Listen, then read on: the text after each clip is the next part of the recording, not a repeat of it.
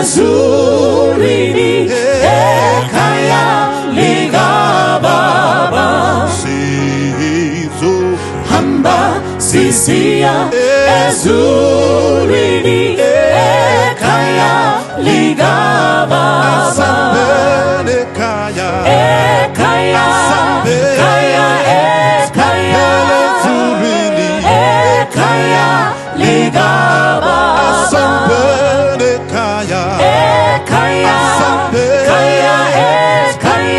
ekaya ekaya ligababa sizo natele makumen ekolide ekaya ligababa sizo natele makumen ekolide ekaya ligaba asambene kaya asambene skapele zubiri ekaya ligaba asambene kaya asambene skapele zubiri ekaya ligaba mazamba ariyo anerunyararo ariyo anerunyararo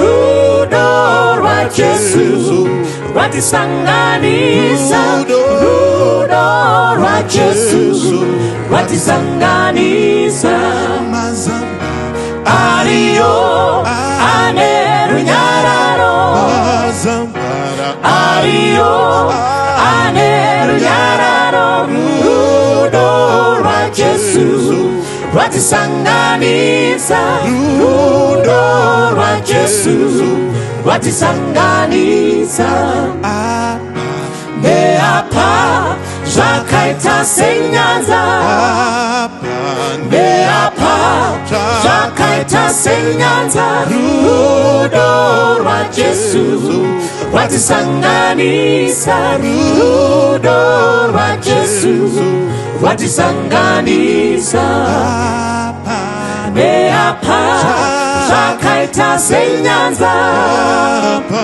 neapa zvakaita senyanza rudo rwa Yesu rwatisanganisa rudo rwa Yesu rwatisanganisa Zakeyo akamanya akatambudzika achinda kuona Yesu akakwira mumuti achinda kuona Yesu akakwira mumuti Zakeyo akamanya akatambudzika achinda kuona Yesu akakwira mumuti achinda kuona Yesu akakwira mumuti Zakeyo kaseka kutsika kumba kwako ndojana achinda kuona Yesu akakwira mumuti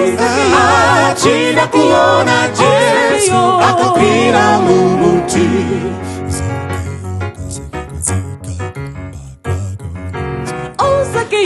achinda kuona Yesu akakwira mumuti achinda kuona Yesu akakwira mumuti Kwazi waiwadiwa watereri vedu nevatariri vedu tinoda kukuchingamidzai kuchirongwa chedu Virtuous Woman apo patinokurukura nyaya dzemadzimai donzvo redu rekuti mudzimai wese ararame izvo Mwari vakatarisira zvawakasikirwa naMwari unofanirwa kuzvizadzisa mukati meupenyu huno usati wafa. Tinoda kuvimba kuti tese takapinda mugoredza zvakanaka ende tatotanga kuita maresolution yedu. Tinorangarira chirongwa chatakaita mavhiki aperawo tichitaura zvemaresolution. Imwe resolution yedu tofunga ndeyekuti tirarame tiri vatano sekutaura kunoita shoko raMwari. Tinoona Jona achitaura achiti, beloved, I pray that you may prosper in all things even in your health. Chidiso chaMwari chekuti tive tiine hutano. Saka mukati mwemwedzi uno, mwedzi waJanuary, sekuziva vamwe kwatingaite mwedzi wecervical cancer awareness. wekuti titaure pamusoro pegomarara iri rinovanzobata madzimai. Saka mukati mezuva ranhasi tiri kutotaura pamusoro pecervical cancer. Ini ndinonzi Dr. Alaisa Mbiriri, ame lifestyle preventive medicine specialist. Ndine vadare vauya kuzotijoina kuti titaure nyaya iyi yecervical cancer. Regai nditange nevari padhuze neni apa, chingamidzai vateereri vedu nekuvakwazisa. Makadi henyu vadiwa vateereri, ini ndinoitwa Dr. Nyika, ndinoshanda at one of the tertiary hospitals in Harare as a physician. Tinoda kukutendai Dr. Nyika. Ndinodaira kuti Dr. Nyika havazi vatsva pachirongwa chedu. Takambovaona muna October gore rakapera patakaita chirongwa che breast cancer, vakambouya zvakare pane zvimwe zvirongwa zvedu. Tinoda kukutendai chiremba nekuuya kwenyu pachirongwa chedu. Kwazwai vadiwa vateereri, ini ndinonzi Vonani Nyanzira. Ndiri cervical cancer survivor. Ndakabatwa gomarara rechibereko iri muna 2018. Kutangisisa kurwara ndakatanga kuona irregular menses muna April. Ndokuzoenda kwachiremba muna vanenge vari vana gynecologist. I'm sure vamwe vose tinovaziva gynecologist vanoita nezveizvozvi zvevakadzi. Ndakaenda muna April ndokuzoitwa inonzi hysterectomy, kurova kubviswa chibereko. After vatarira chibereko vakaona chiine zveshuwa chiine bundu, ndokubva ndazobviswa chibereko muna 2018 May. Gore iroro ndakanga ndichisvitsa 40 years. Tinoziva vanhu vazhinji vanoti life begins at 40. Saka zvokwadi zvakava zvinhu zvinombokuita kumbokudzosera kumashure, kurohwa nehana kuti naivedwe asi ndaakutofa here. Asi ndinoda kutenda nokuti vana chiremba vanotiudza zvinonzwisisika, vanotirayira vagotibatsira zvakare. Saka ndakaitwa hysterectomy muna May. After my hysterectomy iyoyo ndakati garei kwechinguva pareview, ndopavakaona kuti pakanga pachekwa vachibvisa chibereko nepakanga paine cancer yachona pari padhuze napadhuze, zvekuti vakabva vati tinoda kuti tione kuti wararama upenyu hwakareba. Saka kuti urarame upenyu hwakareba zvinoda kuti uende through chemotherapy neradiation. Saka ndokubva ndaenda through chemotherapy and radiation, nanhasi ndiri pano.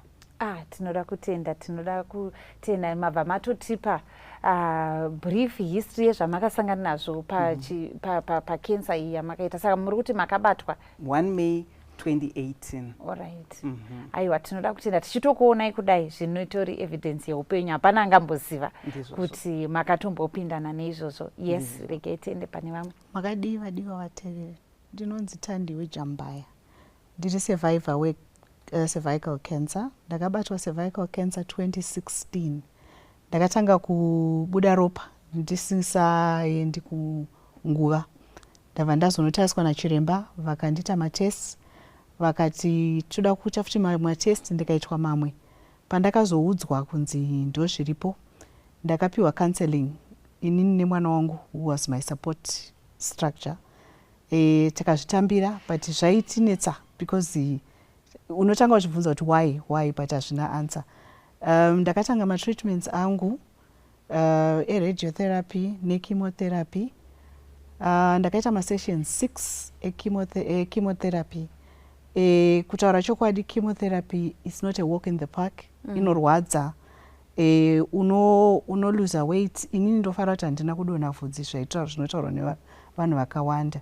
Radiotherapy ndakabikika, ndakaibva kusvika kugara kwainetsa. Toda kuti vanhu vazive chokwadi kuti zvinhu izvi zvinorwadza. Asi chakandibatsira ndechekuti ndandine support yemasisters angu 3.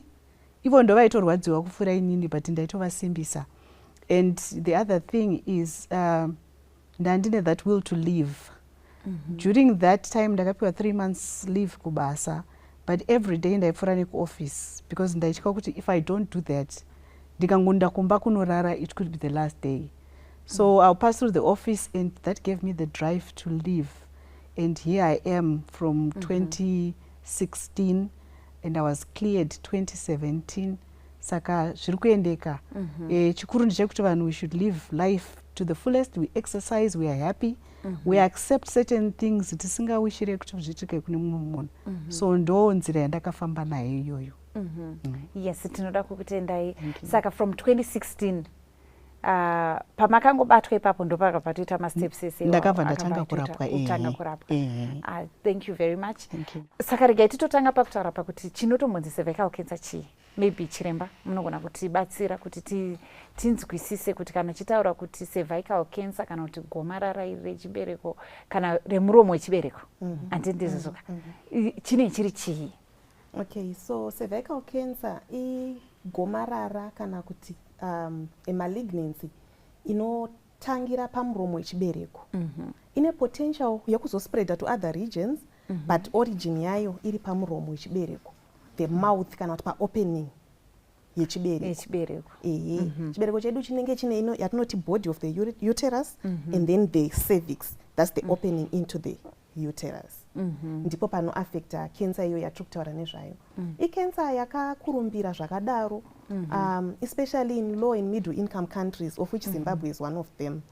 Worldwide, it's about the 4th commonest cancer among women. Yes. But muno muZimbabwe ndiyo itori number 1 kudarika breast. About 37% of cancers in women are due to cervical cancer, whilst about 13% ndo dzinocontributa nebreast cancer. So it's a very big challenge in our environment and in our setting, irori dambudziko recervical cancer.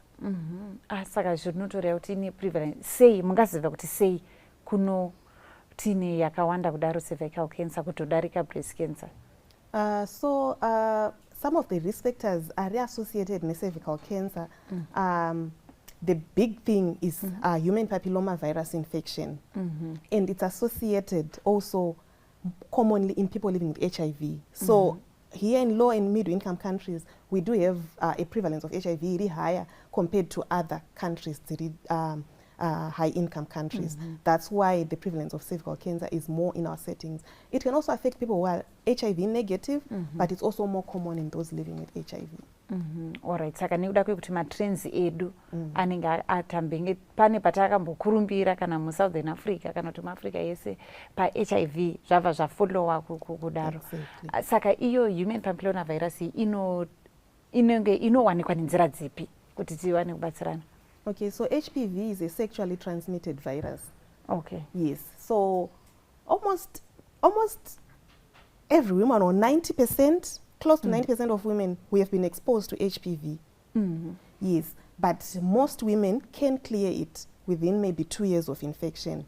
If you then fail to clear it, ndopa inozoita potential yokunoinfecta the cells epacervix yochikonzeresa malignancy transformation, kuchinjisa macells aya kuti achitanga kuva cancerous. Yes, ameno munengaite zvekuwedzera here panyaya yekuti chii chatiri kuti gomarara iro remuromo wechibereko? Ndingangowedzera kuti chinonyanya kukonzeresa HPV virus. Chandinoziva chandakataurirwawo ndechekuti HPV virus ine mastrains akawanda akasiyana siyana. Mamwe awo anongokonzera magenital warts obva zvangoendawo zvakadaro. Asi kunozoita mastrain iwayo anokonzera gomarara rechibereko. Kunewo futi chiremba ndofunga kuda mungazotsinidzira ndimungaita ruzivo rwakanyanya.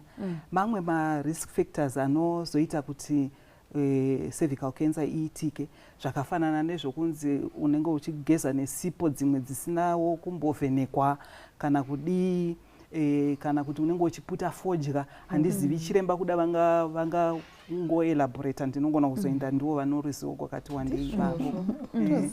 Muri kutoziva mainyanzira kutonyatsokufikirira chaipo.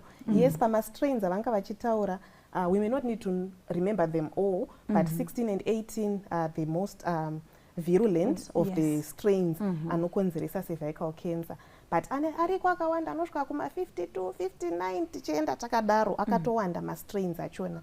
But 16 and 18 are some of the most virulent strains HPV anokonzeresa cancer.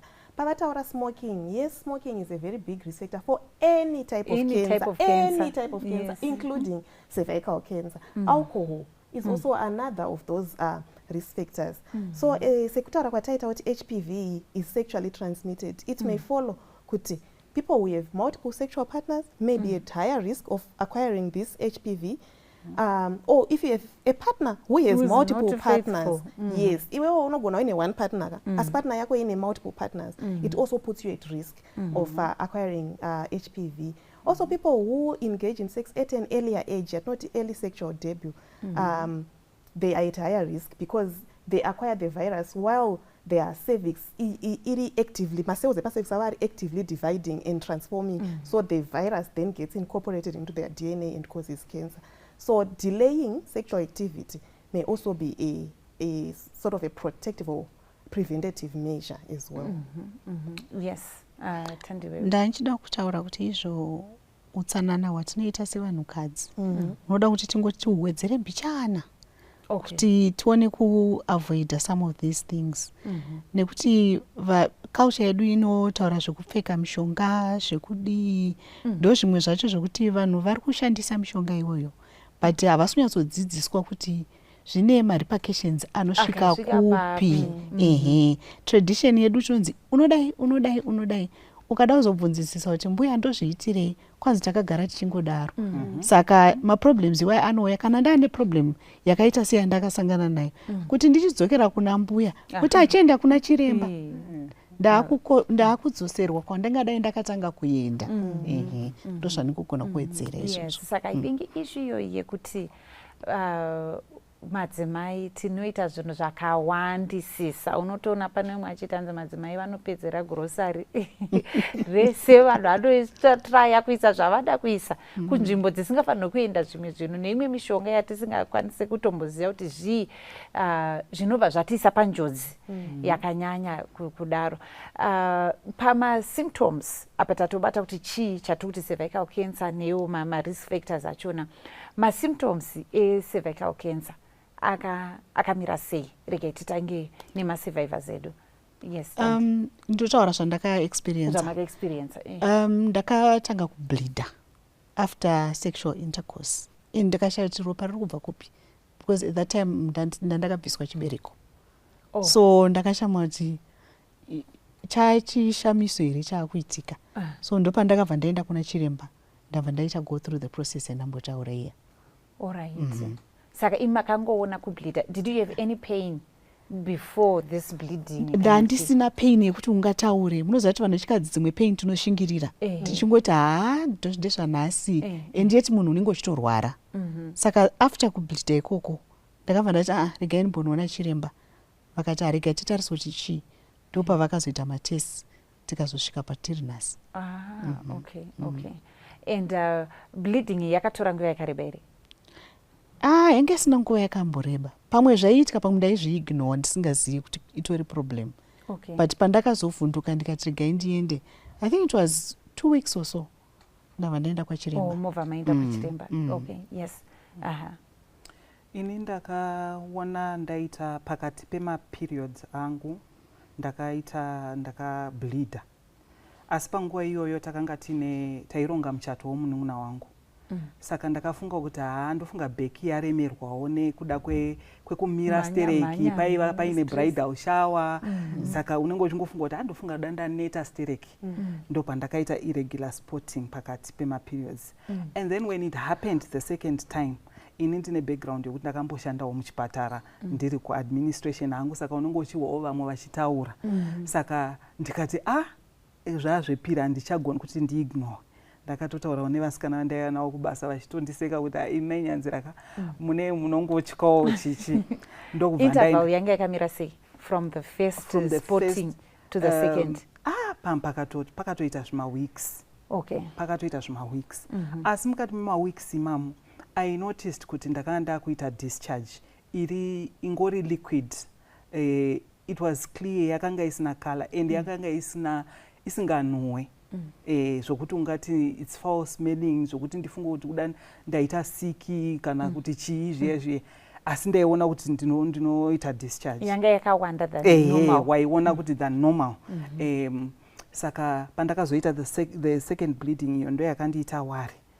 ndinotorangarira zuva racho kuti manheru ndakanga ndichitoredza vanyanzira kuti kana iri kenza vachindikamfota kuti aiwa hakuna zvakadaro haisi kenza, but then ndakangoti aiwa regai inini ndiende kupi kwachiremba. Handina kumboenda kwaGP kunotsvaga reference letter, ndakaenda straight kwagynecologist wangu ndokunosvika kuya ndakutosekwawo kunzi kutya here kurwara asi ndobva vazoshandisawo I think inonzi speculum, chiremba amene inonzi speculum kucheka, pavakangopinza speculum iyeyo yakabva yatobuda ine ropa. So then he explained kuti what this means, zvinoreva kuti kudini, tingaite sei. Ndo pavakandiudza kuti zvino bleeding iyi inogona kunga iri cancer for sure, but hatigoni kuti titi une cancer tisina kuita matest anobvumirwa. Ndobva vati tinoda kuti tiite biopsy. Ndinoremember tanga iri Friday, saka toita rini, ndikati mangwana Saturday. Sure here ndikati asi unorikwaye kuti utoadmitwa wobva watakurarisa wobva wadidi, ndikati ngatitoita izvozvo. Rombo rakanaka nderekuti ndakanga ndine medical aid, saka medical aid yaikavhawo zvakawandawo, ndokutoadmitwa ndokuitwa biopsy iya. 1 week later ndakabva ndatoudzwa kunzi maresults ako abuda. It was on Friday futi. Ndokubva ndanzi tawana kuti une gomarara rechibereko stage 1B. Saka maoptions ako akamira akadai. Imwe maoptions akanga ari nani kukuona kwangu kuri kungobvisa chibereko chacho. Saka vakabva vati saka toizviita rini, ndikati mangwana. Saka mangwana acho ndiwo 1 May yandanga ndichitaura iyoyo. I still remember vividly 1 May iya yandopa ndakabva ndaitwa operation yekubviswa chibereko. Saka iwayo ndo masymptoms andakaona inini zvangu. Wow. But yeah, we really applaud you pakuti hamuzi munhu anotera anything to chances.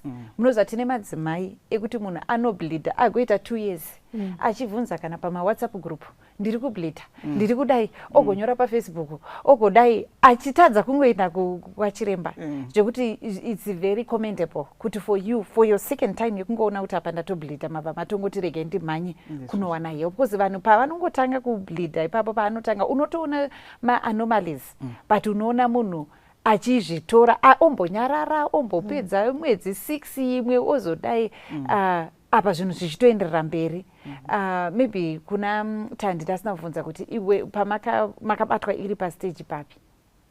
I don't remember the stage number, but my early stages. My early stages. Because mimo futi makangoti mangoona ningiri. Andina kumira. Andina kumira. Which is very good. I think for our viewers chinhu chakakosha nyaya dzeutano munoziva kuti kana kuti vanhu vekuno kuAfrica tinototaura kunzi tine poor health seeking behavior. Because unomirira kutanga warara pasi kuti uzochienda kuchipatara. Pawangoona chinhu chisiriko, especially tiri kutaura nyaya yezve cervical cancer, pawangoona wangoita discharge yausiri kunzwisisa, wangobuda ropa rausiri kunzwisisa pasiri panguva yako yakafanira, mhanya kunana chiremba. Yes, maybe motiwedzerera pane mamwe ere maningiriri masymptoms. Yeah, so I would want to say cervical cancer can sometimes be asymptomatic.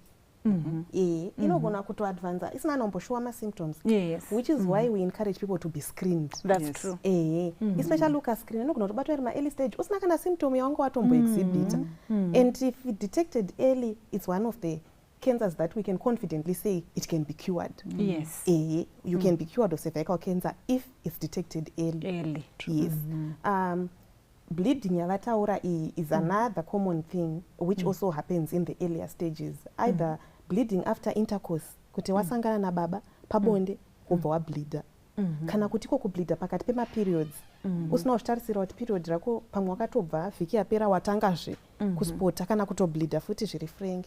Vamwe vanogona kuti pamwe mukadzi anga atoguma kuteera akutoti inini ndakatoguma kuteera ndichatomboziye zvemapads, wongoona wakutanga futi kuspota, wakutanga futi kubleeda. It can be a sign yekuti panogona padevelopa cervical cancer. Vamwe vanogona kungotanga complain of low abdominal pain. Ningoti ndinoita jeko, ndinoita jeko. Rimwe jeko ngarisangoriti jeko. Just get screened. Vamwe vanogona complain of backache chaiyo. Apa wanga uri munhu anga asingamboite jeko rakadaro before wongotanga kuita. Vamwe vanogona complain even of backache. munhu anenge achikokomplaina musana hauna basa rawaita asi unenge uchingokomplaina musana. It can also be a sign yecervical cancer. Vamwe vanogona kutanga kutoluza weight, especially kana advanced. Munhu anogona kutanga kuluza weight zviri unintentional. Hausi kutombojoga, hausi kutombori padiet, asi uri kuona uri kungoperezeka muiri. It can also be a sign.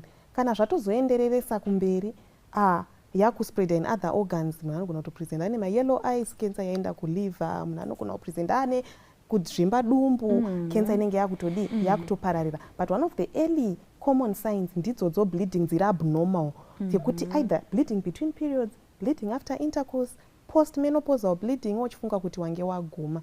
Those are some of the symptoms cervical Those are cancer. some of the symptoms. Saka ini chimwe chanabata apa ndechekuti nekuti cervical cancer inogona kutombotora nguva yakareba iri asymptomatic. Zvinoreva kuti ndo pari kukoshera screening yedu iyaya yatinogara tichitaurwa kuti kana munhu watongova munhu ari pabonde uri sexually active wakufanira kugara uchiita uchiscreenwa. Maybe munogona kutipa kumafrequency escreening. Okay, so kune matest akasiyana anogona kuitwa panyaya yecervical cancer screening. Pane yavanoti VIAC. Iri yatekeshera zvakadaro zvekuti even kumalocal clinic, macancel clinic edu chaiwo, vana sister, vana nurse variko vanogona kuiita test iyo inonzi VIAC. Vonyatso kuvisualize chibereko. Vese yatinoti acetic acid or vinegar. Vanoona machanges anoitika pachibereko kuti this is suspicious for cancer. Zvobva zvakurumidza kubatwa even usina masymptoms. Yes. Pane inonzi pap smear, I think ndo iri common, vanhu vakawanda vanoiziva. Iyi inogona kuda kuitwa, iyi yobva masamples acho, unotorwa masamples pamuromo wechibereko, zvoiswa paslide, zvinotariswa kulaboratory. Iwozonzi maresults anobuda later, but VIAC unotodzwa maresults ako ipapo. Pap smear is another, and now they've introduced yavanoti pap smear HPV core testing, whereby they can also then assess for the strains aya yatanga tichitaura kuti ari high risk for cervical cancer. Panokuita pap vobva vatotesta futi molecular testing for the HPV strains, kuti what strains are there pamuromo wechibereko chako. So these tests, if you are HIV negative, you can have a pap or VIAC every 5 years, starting from the age of 30. Yes, or as soon as you are sexually active, just be in the habit of getting your pap or VIAC every 5 years. If you are living with HIV, we encourage every year. We encourage that you get your screens every year, because the risk yekuprogressa iri faster and higher in people living with HIV compared to people not living with HIV. Saka ngatifanira kuti tizvitorere pasi. Pane time yekutoti mascreening aya anenge achiitwa free. Vanhu vachiudzwa kuti endai paclinic apa 1 month kuri kuitwa screening iriko iri kuitwa free, kuri kuitwa chichi, asi vamwe tinongozvinzwa tichingodarika. Zvichingodarika zvotopera, screening yopera. Ngatishandisei mikana yekuenda kunoscreenwa. Nyangwe munhu paunobva kusununguka handitika vanobva vatoti tinoda kubva takuita pap smear.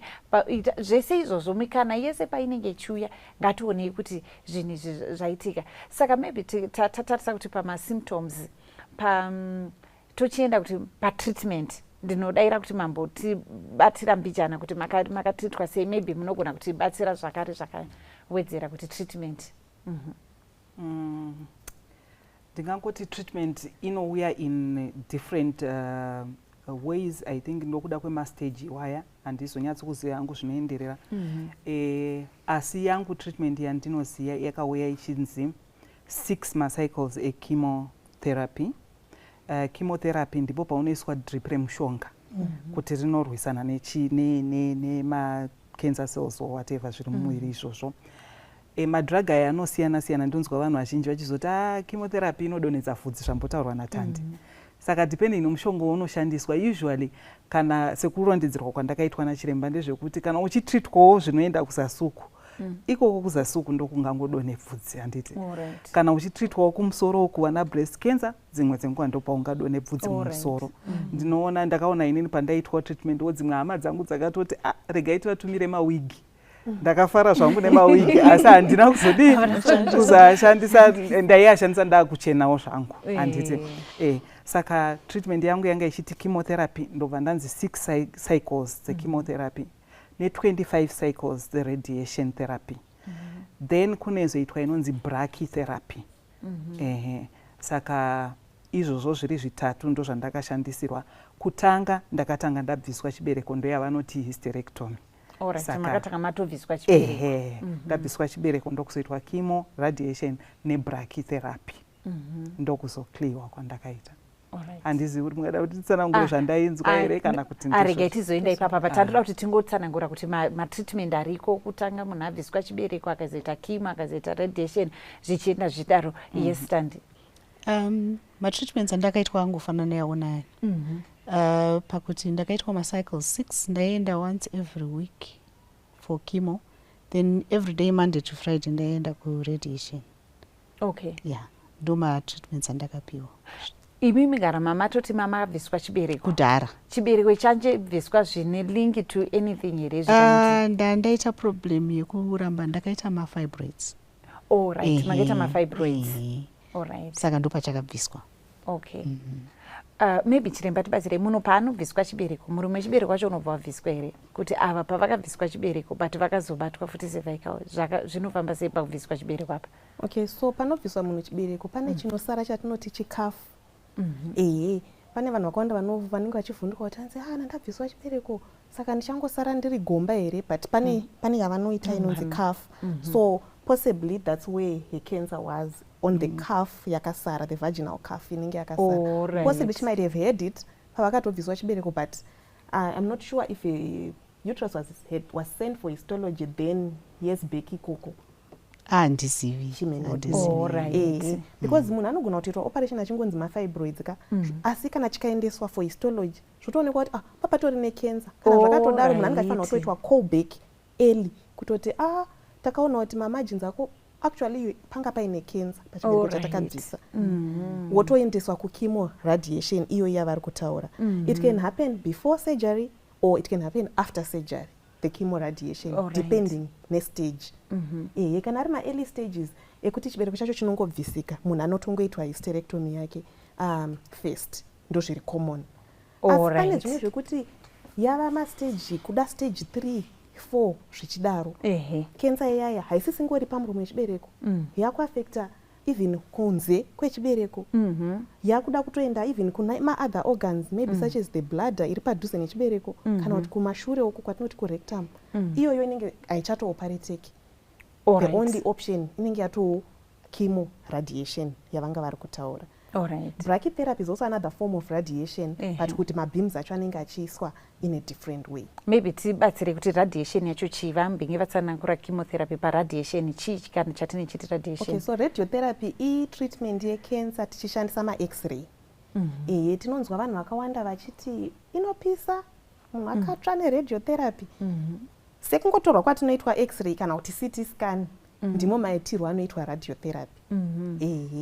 Inini ndinogona kusazonyatsovatsanangurira. Imini makazviexperience, maiwa kutsva here? Nekuti vanhu vacho varipo vakaita ningirini. Kupisa hazvipisi. Tingagona kuexplaina radiation chiti zvakafanana nokunge wakamira pamicrowave paya paunenge uchidziisa chikafu. Hauna chaunonzwa asi chikafu chinenge chichitodi chichitotsva. Saka I think expression yekuti kupiswa yakanga ichitangira ipapo kuti ma-waves tinomati ma-radiation tinoti ma-waves. Saka kana munhu angotora sekutora kwatinongoita pachibhoya anenge azoti kupiswa asi hauna kutsva kwaunoita. Zvavanongoita unenge wakangotora pamubhedha unongonotovhunduka kuti matopedza here. Vachifokasa chete ma-areas anenge aine gomarara racho, then woisa mabhimu avo emeshini vachitenderedza ipapo.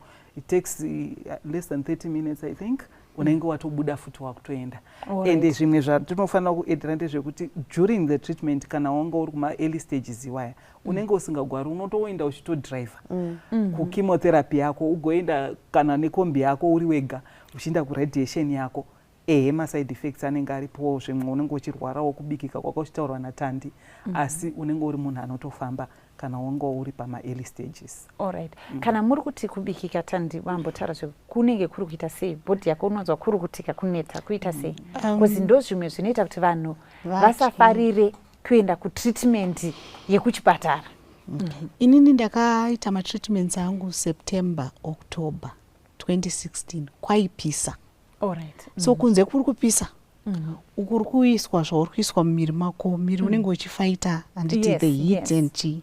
So ndaigara ndakarukutika. After 4th session, 1st, 2nd and 3rd handandiri njanji, ndasina kana pandainzwa. But pa 3rd cycle ndo pandakatanga kunzwa kuti miri wangu waneta. Ndaienda hangu kuhospital but vanhu vakuona kuti munhu ari kuita sort of like kudzikira. Are you okay? My energy levels anodzika. Kwandiri akadzika. So chakandibatsira ndechekuti diet.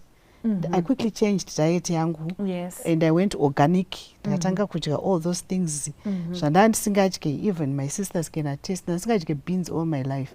I started eating beans 2016 ndarwara because chiremba vanga vati diet shiti. Ndikati icho chiicho handisi kuchida zvikanzi beans, but dzakandibatsira. That diet yakandibatsira nezvandanga ndichita go through. 5th session ndanda kugomera. Zvairwadza. Yanga iri session yekimo. Yanga iri kimo. Zvozoenda kunopiswa kutaurwa nawo nani kuti unonopiswa. I think miri wangu wanga waneta. But mentally I told myself that I'm not shutting down. Because I think body papa was slowly trying to tell me that we are shutting down. And I'm saying, we are not shutting down. Because nanchiti, even if we shut down, not now. Dandine program and nanchita kuchukuru.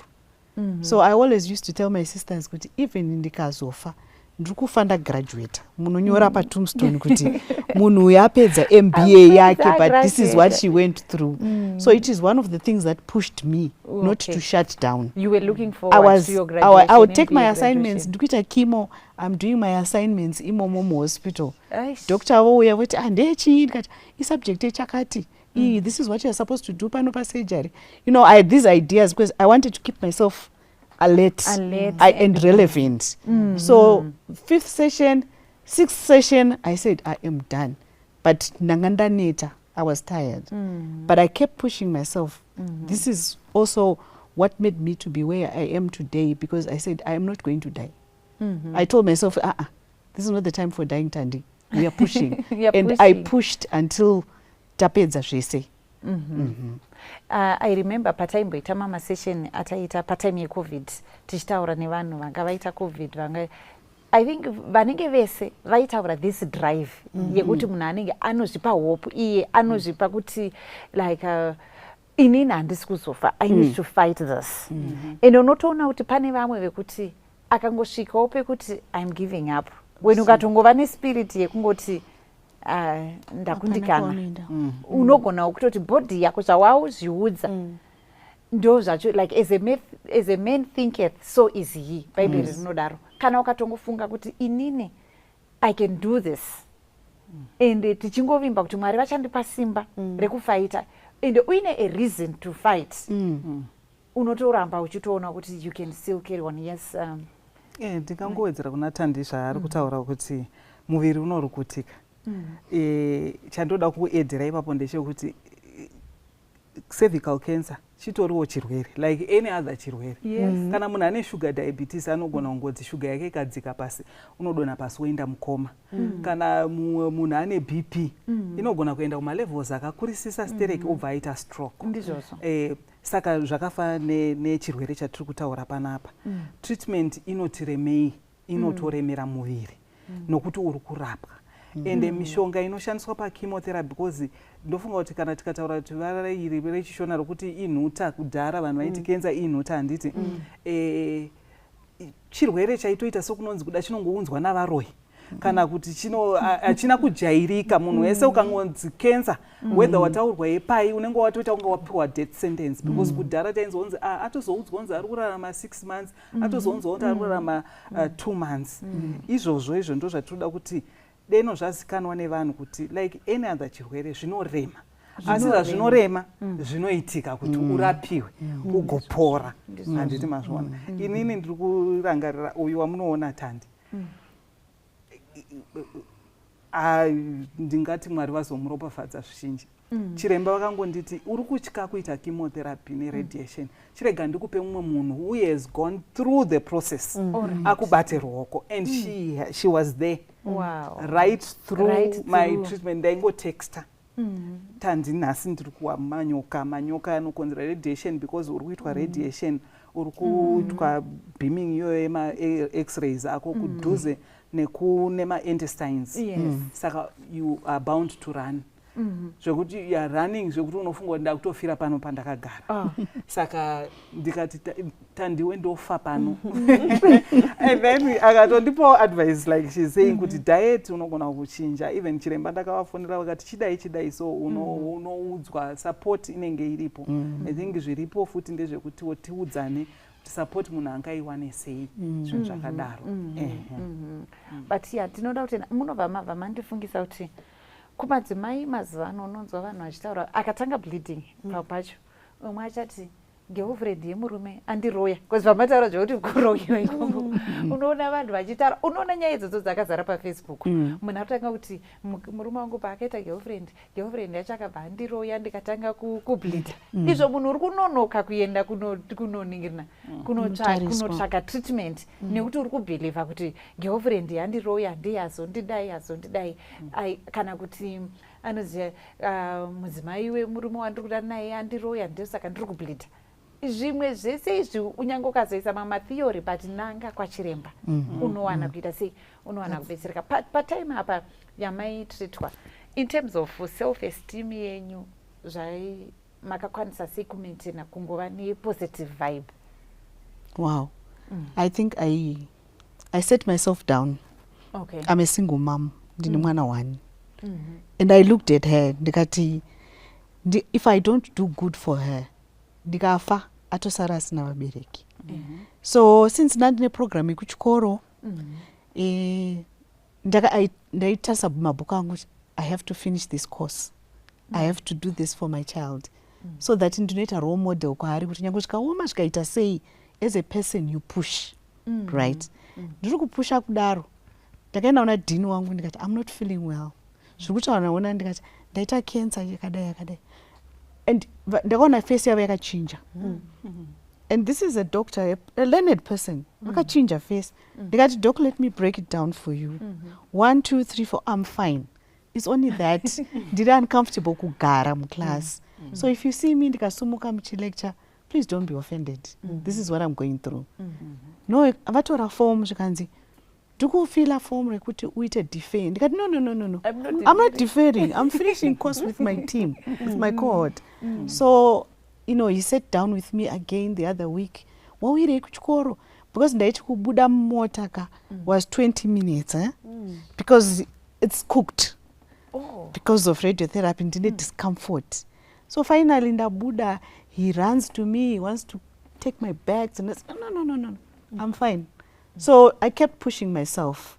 Self-esteem yangu ichiramba ichiita sei ichiwedzerwa and vanhu vari around me ndichavaudza kuti don't worry about me. I remember my sister akarara the other time ndakamona akaisa ruoko rwake panapa to check whether I'm breathing. Ndikati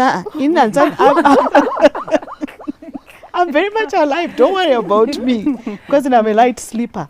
She goes, no, I'm worried. Ndikati don't be. Tomuka makuseni, I'm fine. Ndikati togona kutokuviga inini ndikasara. You know, we always joke about it. So I kept pushing myself. I look at my daughter.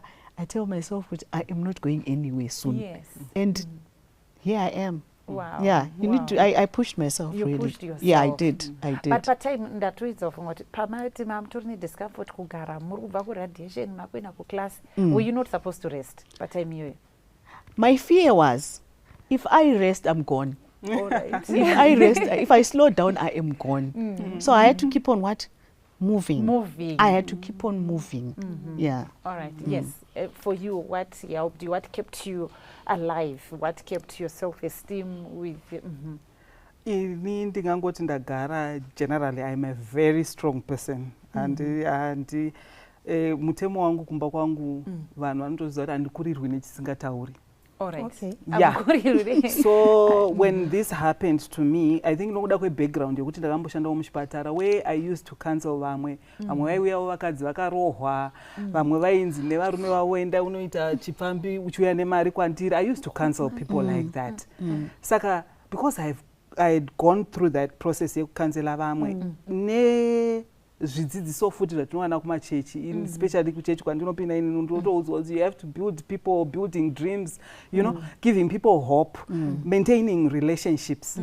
I believe things don't just happen.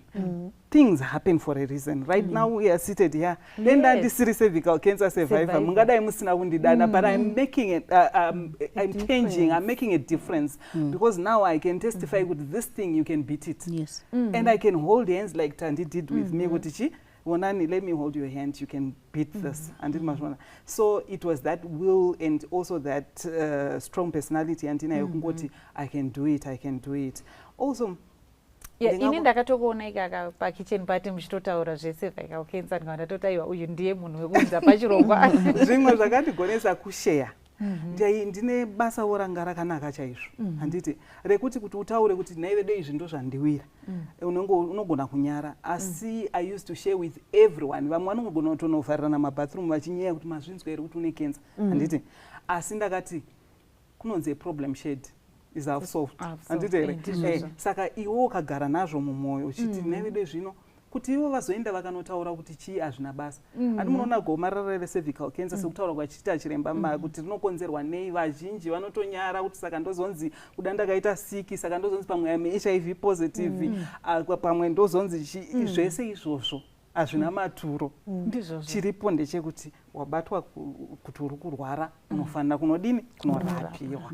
Saka izvozvo kept me going. Yes, ndinozotaurawo zvokuti ndine vana vangu vakanaka, three beautiful girls. I had to survive. I've got a mother who aitouya neporridge rezviyo romboiswa mumvura muglasi kwai kwamwa ndokuti mudumbu usadi ndokuti mudumbu usaita usarana kana kuti usadiri vachingoidza zvose. Saka support system yanga iripo and I had to also support them by getting better, by sticking to my treatment plan and making sure kuti I heal. Pane vamwe vanhu chiremba vanoti vaudzwa kuti toda kuti tibvise chibereko, toda kuti tidai, iye anobva ati komurume wangu. Because tinotoona vamwe vanhu anototi zviri nani pane kuti ndibviswe chibereko, murume achazonditiza, ndichazodani, zvekutoti wakutoita worse nekutya treatment yekubviswa chibereko. Tingabatsirane sei ipapo? Because munhu anobva atoti murume achabva aenda kana ndabviswa chibereko kana ndadai. Okay, so kubviswa chibereko especially for cervical cancer hakufaniri kuaffecta nyaya dzepabonde. Because pavanokubvisa vanogona kungobvisa chibereko chete, maovaries anosara aripo. So your hormonal balance will still be in place. All right. So that shouldn't really affect your sexual cycle. And kusangana pabonde nababa hakukanganiswe nekuti wabviswa chibereko. Zvinofanira kuramba zvichienderera mberi zvakanaka. Saka ngatisagarire chirwere tichiti murume anozoinda. Murume kana achida kungoinda anongoinda. Chibereko chiripo chisipo. Ndizvozvo. For you hamuna kuita challenge here because mataura kuti baba vanga variko kumba vachitoti musatya kudaro. Hamuna kutoti zvino ndikabviswa chibereko plus makabva matoti mangwana ndibvisei. Pagumira chiremba apa pekuti ukabviswa chibereko zvinhu zvese zvinongogona kuramba zvichiendeka unenge uine maovaries ako. Unfortunately for me, treatment yechemotherapy neradiation inozonoomesa zvayo maovaries. Saka zvazvinoita manje iwo mahormones avanga vachataura anobva kunotosara watoo pamwe kuita semukomana. Hausisina watomenopause ndo zvandakaita ini. Hausisina zviya zvekuti ndoda chidikwa chokuti dei baba vambo ndasangana nababa kana kuti ndadii. Saka sekuti unonge uchigara nemunhu anenge achidawo izvozvo, it becomes a challenge. However, kana muri vaviri mukatoudzana kuti ndo challenge yatinayo, zvinhu zvizhinji ndataura kuti kushare. Even umwe wako unongomutaura kuti inini izvi handisi kugona, zvakati handisi kugona, zvakati izvi handisi kugona. Toenda kuna chiremba vanonokuudzaiwo mamwe dziriko nzira dzekuti muzvikundise. Kune inonzi vaginal narrowing, shortening and chii zvinokonzerwa necervical cancer. I'm sure chiremba vacha neradiotherapy chiremba vacha explainer. Vanopa masuggestions ekushandisa either lubricants, kushandisa chinonzi chimwe chinenge nhengo yababa, so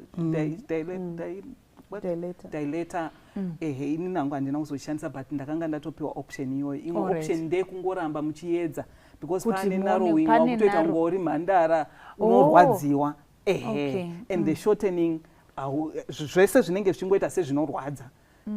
Tine vamwe vatinavo musupport group vanenge vachitotaura kuti vana baba vanenge vakutotiza because unenge uchitya kurwadziwa wotiza.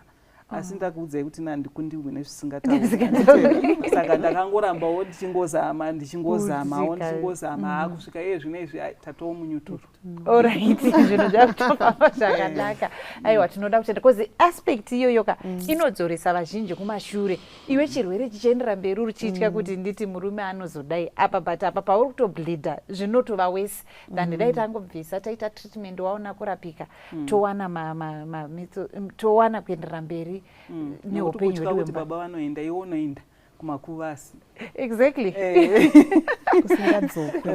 Baba vanoenda siyo ndogona kuenda kumakuva. Yes, maybe panyaya yesupport ipapapo, what form of support mambotaura zveyo sisters and ndezvipi zvimwe zvakakosha kuti munhu wane kusurvivor zvinowanikwa pane venharaunda kana toda kutaura from point community nechurch, especially church. Pandaka go through the process, I kept it to myself. I did not share with my church members for obvious reasons. Because when very misinformed, they rush into making my conclusions. More so for a single mother. You know, it's very difficult for us single mothers. People are very quick to label us without knowing us, what type of people we are, what we go through as mothers and as individuals, as women. So after having gone through that, after being cleared by the doctors, I then gave a testimony in church and challenged all the ladies, can you please make it your business to go and get screened, tested and whatever. And I even spoke about nyaya yekubviswa chibereko. Ndikavabvunza kuti for some of you zvichine value yei zvamakachengeta muchirwadziwa. Yeah, I gave an example yamwe mbuya vangu. I mean, I told her before kuti mbuya, I'm going to give you as an example and you have to answer.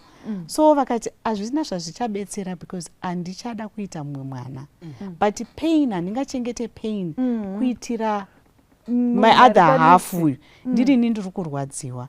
So slowly some women started coming to me church kuti asaka ukazvifambisa sei, wakaenda kupi, wakadii. Ndikati it's unfortunate kuti kudhara taiti every year waenda kumaclinic edu aya zvefamily planning unoitwa inonzi chi pap smear. Then zvinhu pazvakangozoti chinjewo, a lot of women takatadza kuenda kunoita pap smear because tatajera kuenda kuma-government institutions. Saka kuzvikwanisiro kwakusina kuti tiende kuma-private tisina mari. But pakazouyawo zvekuti kwakutwa vhiyake ma-clinics ako. So I challenged them ndikati, this is what we have to do as women. Fine, we can talk about religion, but this is real. Ndikati, look at me, I was almost gone. This is real. So that's how I managed to come through and get the support. And people respect you because you are brave. You went through this. Because in here, it's also cancer, like what Wenani was saying. Akanzi cancer, 6 feet down. But I asked my sisters, and you know, jokingly. And they said, you're not the type that dies. And after having gone through this, you know. And I also want to support the institutions I went to for treatment. I got the support that I never thought I would get. The counseling, the tough love, the gumbo blower, the roof. I'm short-tempered. I told the other doctor, I'm paying money, this is my money, I do what I want, I've got my rights. That was ziwa. You and your rights buy some big. Come back and get treated. So I want to thank her. She was very... I think I'm done. So that support from the medical field, fraternity, and also medical aid, Marika ita short for. Ndaipinda ndakaita kuuna nchiti yapera uko. Ndaita radiation. Manager ngoti tatopa enda. The guys bekupakisa mota ndikuti ndikashika. Handina mari yekupaka, but look after my car. Ndopinda muya ndodzoka nzichiendai reverse imbude. So I had support from a lot of spheres. Yes. Even the people that I used to work for that time, they understood me, and I had that commitment which I would go to the office every day, sick leave, because I wanted to keep myself sane. Kuti ndiende kumba ndaikutya. The other day I said to my daughter, let me take you out. I took her out for ice cream. Ndichidya 2 teaspoons. My stomach started running. The girl akandiseva her ice cream akati, everything is okay, ice cream hapana cha.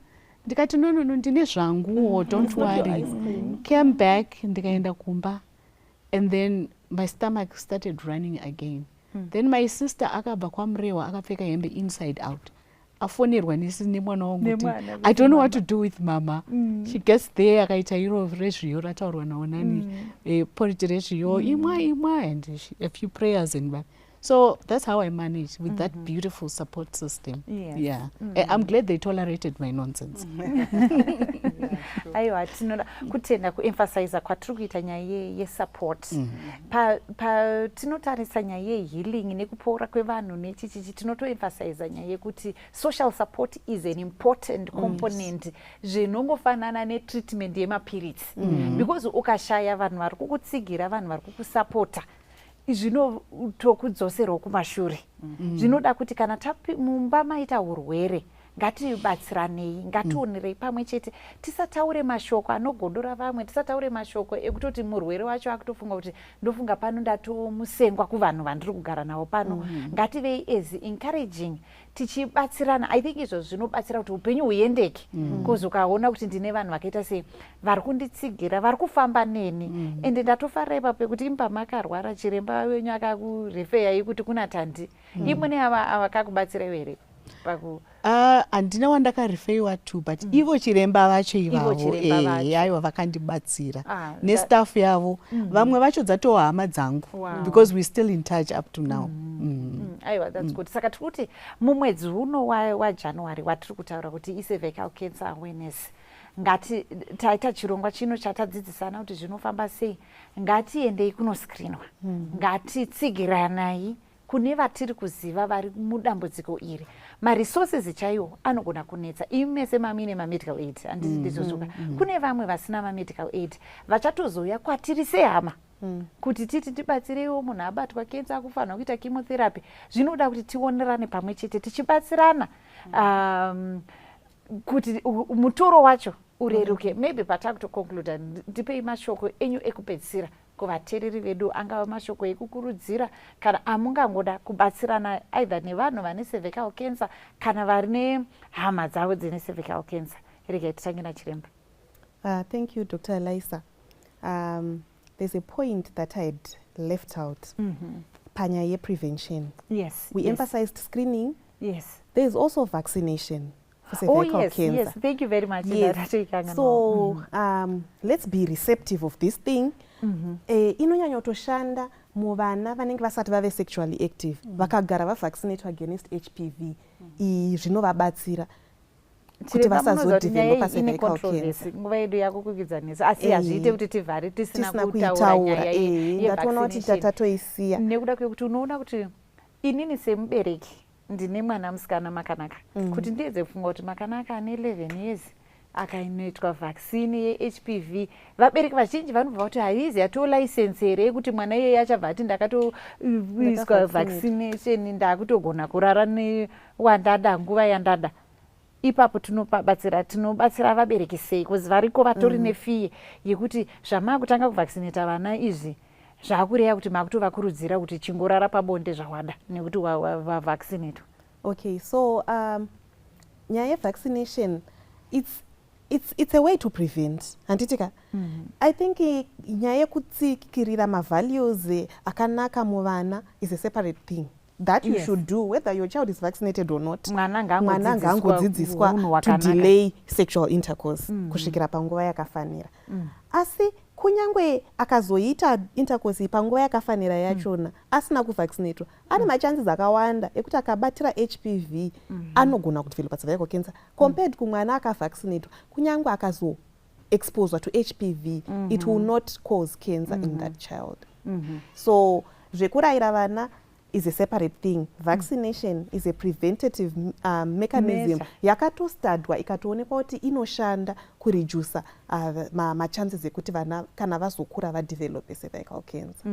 And in Zimbabwe it's available kumaschools anotomboita macampaigns ekunzi vana aged 9 to 14 vavaccinate against cervical cancer. So let's also promote that. Let's not work against it. It has come to help us deal with this thing. As I said, HPV is so prevalent in our setting. It's so prevalent in our region. So we need this to protect our children as well. Ndizvozvo nekuda kwekuti iwewe nyangwe mwana uyu anga ine mavalues acho akatsikirirwa akanaka ainawo anogona kusangana ne-asexual partner ari kumunzira iye asiri aita zvakadaro, but pawazounzirwa unogona kuita machances ari nane nekuti immune system yako yatombodhila ne-HPV iyi pane imwe nguva. And I think zvakangokosha nekuti nyaya yemavhaccine yagara ine vanotaura zvakawanda controversy, because pane vamwe vaibva vataura kuti HPV vaccine iri kuitirwa kuti vanhu vemuAfrica vasazvara iruva yatozokonzeresa infertility, saka vanhu vakabayiwa vana venyu havachazozvari vatozodini. Saka nyaya dzacho dzinouya dzakawanda. Zvakangokosha kuti tisatore makanzuro emumastreet, because ana chiremba vakawanda vemumastreet vakatozara vepasi pemuti vanotaura zvavasingazive. But kana uri kuda kusika medical advice, enda kune vanhu vacho vakaita sei vanorizivo pamusoro pezvazvo kuti aiwa HPV vaccine inoshanda yakadai yakadai. Saka zvakakosha vana vari 9 to 14 muZimbabwe muno vaccination iriko. Ine matime ainosimboita here kana kuti munhu anogona ngofamba kukonovaccinatwa, inofamba sei? In the public sector, I think ine matimes ekuti panoitwa macampaigns ekuti people vana vechikoro vari kuvaccinatwa. But in the private sector, I guess you can just walk into your gynae and get it. All right, that's okay. Yes, thank you very much. Nekuemphasize nyaya yevaccination kuvana. Yes, tipei mashoko enyu ekupedzisira. Ine ndingangoti prevention is better than cure. To support nyaya yevaccination iri kutaurwa, ngatisavei vakasara kumashure. Mishonga muno muZimbabwe tine inonzi Medicines Control Authority. Mishonga inovhenekwa yomboenda mumalab woona kuti zvakakodzera here kuti ibayiwe vanhu, haingonokaruki yatanga kubayiwa. Saka zvakanaka kuti tipreventire vana vedu zvataurwa nachiremba vatiri kukwanisa kupreventa. Kurapwa cancer kunodhura. Saka kana ndikada kubata homwe dzevanhu kuda zvingaita kuti tione kuti aiwa kuvaccinate kuri nani, nokuti vaccine iri pachena inotomboitwa marollout nehurumende. Saka tikatora advantage of that hapana zvatinobhadhara. Asi kana ukarwara nechirwere ichi usina medical aid zvandataura zvinoti dhurei chaizvo kuti urape, zvokuti unopedzisira kutengesa kana imba yako kuti urapwe. Saka zvakakosha vadiwa vateereri kuti tidini tivaccinate sevana. Isusuwo vakuru vava sexually active ndinoti ngatiitei mascreening ataurwa nachiremba pagore kune vanenge vane ma-immune systems ari compromised, maybe either uri HIV positive kana une zvimwewo zvirwere zvinokunetsa. Then kune vasiri immune compromised toitawo iwo ma5 yearly checkups edu tinoita mapap smear evhiac tichidai. Kana uchingezve wabatwa nechirwere tinokurudzira kuti handei tinotsvaga rubatsiro kuzvipatara tirapwe tipore. Ndizvozvo tinoda kutenda. Yes, Tandi. Masvita nekundibvunza kekuti nditaure kekupedzisira ndichine zvakawanda zvekutaura. Chikuru chandoda kutaura ndechekuti vanhu ngatiitei support system dzakasimba macommunities. Let's not judge munhu ari kurwara because hausi kuziva kwazviri kubva nezvakwazviri kuenda. Iwo wacho go and get tested for whatever screened.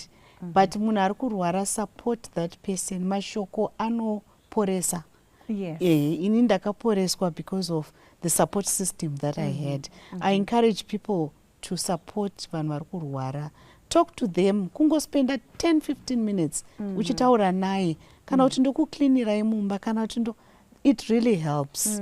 Ngatingodaro semacommunities. Mukaona munhu ari kurwara kumachechi kunyanya, let's not judge vanhu because hausi kuziva kuti azosvika apa sei. Iwo mangwana unogona kunge uripo wakutodawo advice from that person. So I encourage people to have a strong support system. Yeah. tinoda kutenda nemashoko atataura maybe kune varume vamwe vakatarisa pachirongwa chino zvakangokosha kuti tingotsigirana nemadzimai edu paanosangana nedambudziko iri. And I think chimwe kune vanhu vanenge vari mudzimba kungova faithful chinhu chakaita sei chakatikoshera, nekuti zvinogona kuti umwe mai varipo mumba umo vakazvigarira, baba vakafamba vachienda kuvatiunzira chinai votiunzira HPV iya. Saka zvakangokosha kuti zvinoda sapoti yechinai yemunhu wese, Mwari vachitibatsira chirwere ichi chinokundika nekuti tinawo masevhaivha edu ari panapa vakatokunda chirwere ichi. Maybe pakuvharira tichakumbira chiremba mutinamatire namatirai vamwe vari kubhetla kutofunga kuti zvandabatwa ndoita sei, vamwe vari kutya kunotestwa, zvese izvozvo tisei munamato. Ngatinamatei.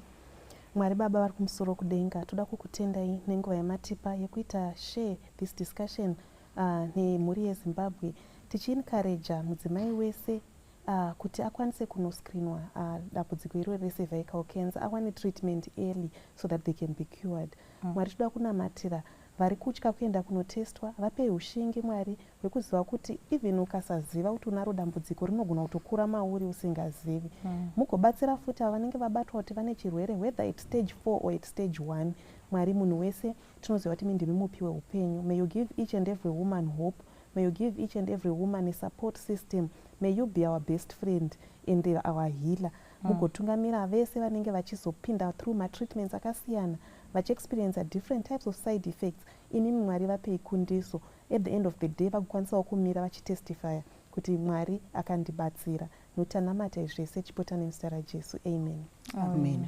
Murapi mkuru uripo wemudza ndiye Jesu anofarisa varombo, inzwa izwi raJesu, zita rake ritendwe, zita rake rikudzwe, zita rake riimbwe.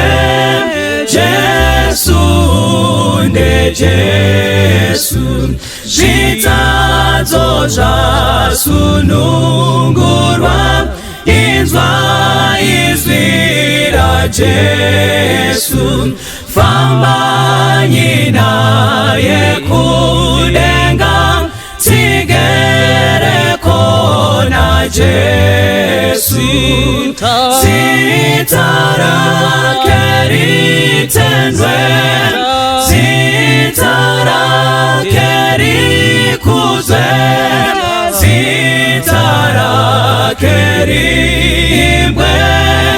Jesu nde Jesu, mbiri kunyenye ya Mwari, ndinodawira Jesu, ndinodisa zita iri ramuponesi Jesu, zita rake ritendwe, zita rake rikudzwe, zita rake riimbwe. Jesu nde Jesu, zvimwe ndatadza ndinoda kunzwa zita raJesu, moyo wangu wanyaradzwa ngezita raJesu, zita rake ritendwe, zita rake rikudzwe, zita rake riimbwe.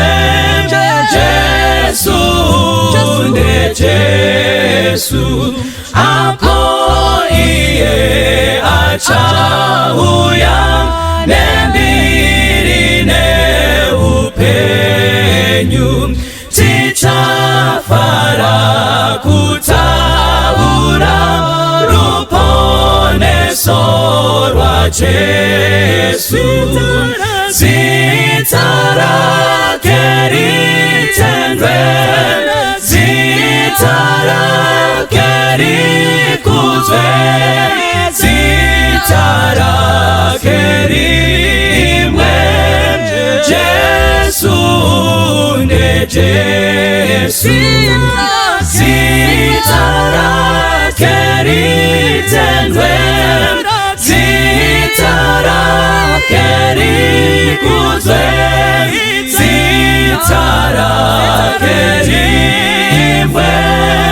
Jesu nde Jesu, Jesu nde Jesu, zita rake ritendwe, zita rake rikudzwe, zita rake rimwe.